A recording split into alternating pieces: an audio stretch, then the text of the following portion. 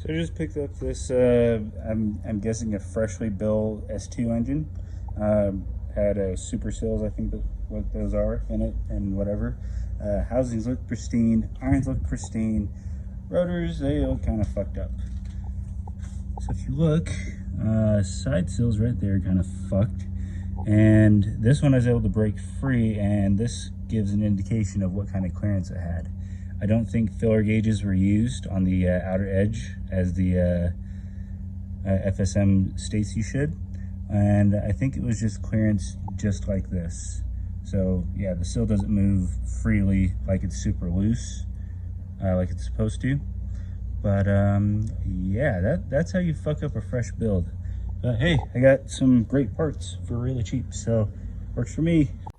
Okay, so besides all that, I also did want to give you guys a little bit of an update what's going on with the RX-8, where that's at as far as rebuilding the low mile engine, putting it in this car and stuff like that. And I will say it's close. I'll show you the things that I need to do still for it. Okay, so here's the engine. It's all cleaned and painted and pretty and stuff. And it's pretty much ready to assemble, but let's see, one major thing I wanted to do on the exhaust ports, and yes, there's paint debris in places that it shouldn't be. Clean those up before I actually assemble it. That would be stupid to do as is. But in the exhaust ports, I do need to remove these carbon catcher shelves. Here I have the Series 1 Renesis iron that I use as a practice iron just to get a feel for it and where the meat is to take out. And yeah, the shelf is for the most part gone. It still needs a little bit more, just smoothed out. But this is basically what I'm doing on those irons. And what this does is it gives less surface for carbon to build up and stick to. So, as you're just driving it normally every day, carbon has less chance just to build up in there to the point where it can become one solid chunk and break off in that one solid chunk. You should see an example of that. Actually, I think it's this iron that I used for that picture.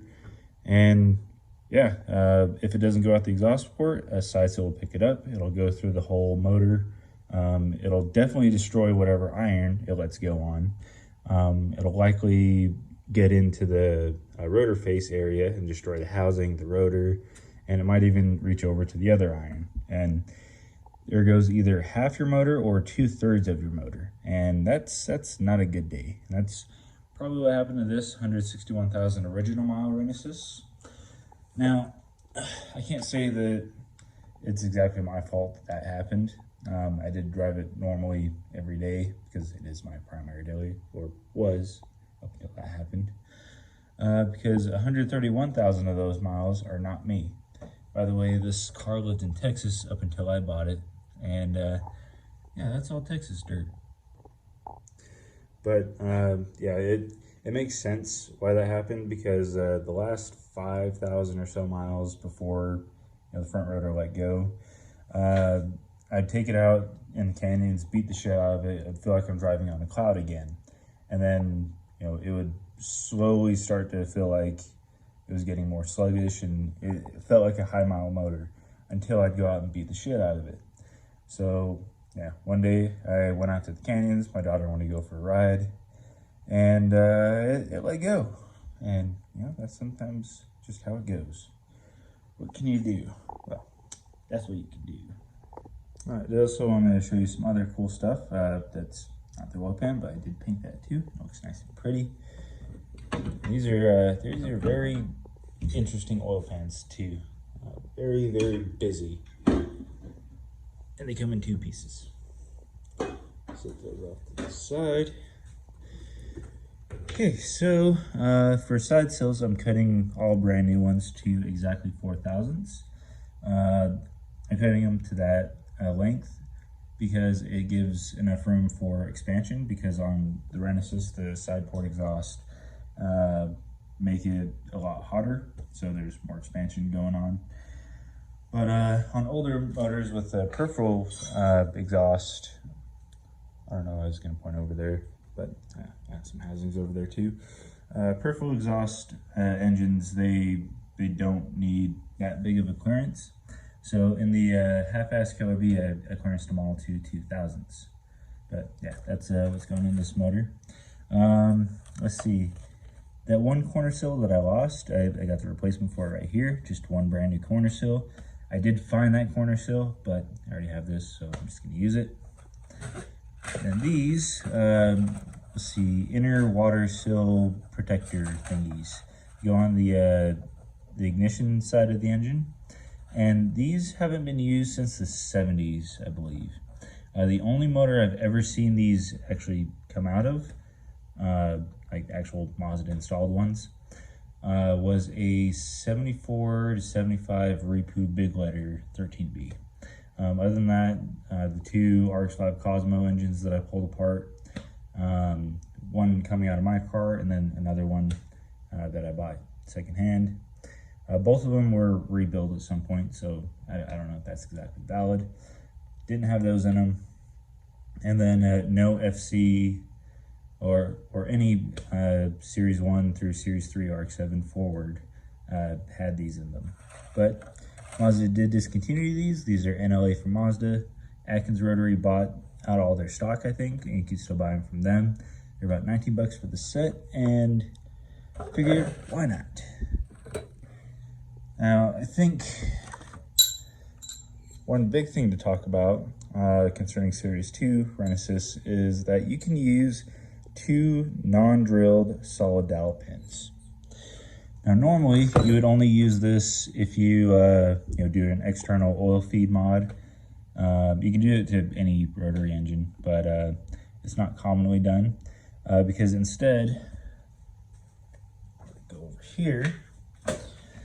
In this portion, it's normally oil fed. It goes to the rear not stationary. Actually, yeah, it does go to the rear stationary gear for oil feed, and to see the rear oil pressure regulator, which is down here.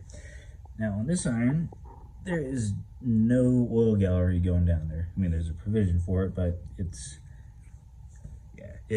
just solid in there. The same with this one right here. There's no oil feed hole. And there's no bottom hole on the oil filter pedestal area where that normally is. Instead, there's only a hole that goes down to the stationary gear, and that is because it's externally fed. It goes from the front cover to there. And I think that is awesome because it allows me the option to use 2 solid dowel pins. Now, what's the advantage there? Well, material strength. It just makes the block a lot more solid, less prone to flex, and the only step forward from there is to fully stud the engine with oversized tension bolts.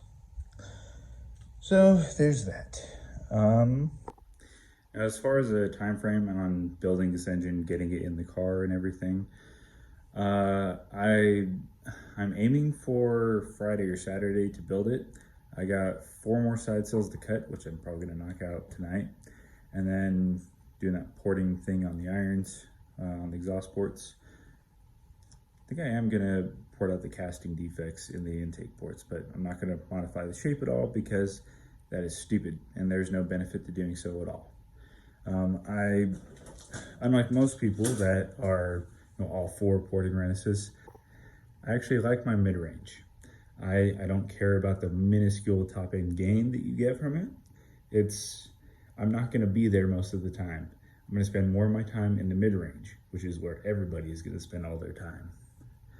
Instead, what I'm going to do is take out the little bits of casting defect that are in there. Actually, I'll show you that. So like up in here, like there's a little bit of a shelf there. That doesn't need to be there. That's just blocking airflow and stuff. I might smooth out like the hard flat edges and stuff like that, and then just smooth out in here. But I'm not going to modify the port shape at all. I think the only thing I might do that doesn't modify the port shape is just kind of smooth out this upper edge. And it's normally something you do for older engines that you're porting. It gives the side sill a smooth edge to ride over, the leading side sill anyway. And it just makes it less likely to catch on that sharp edge.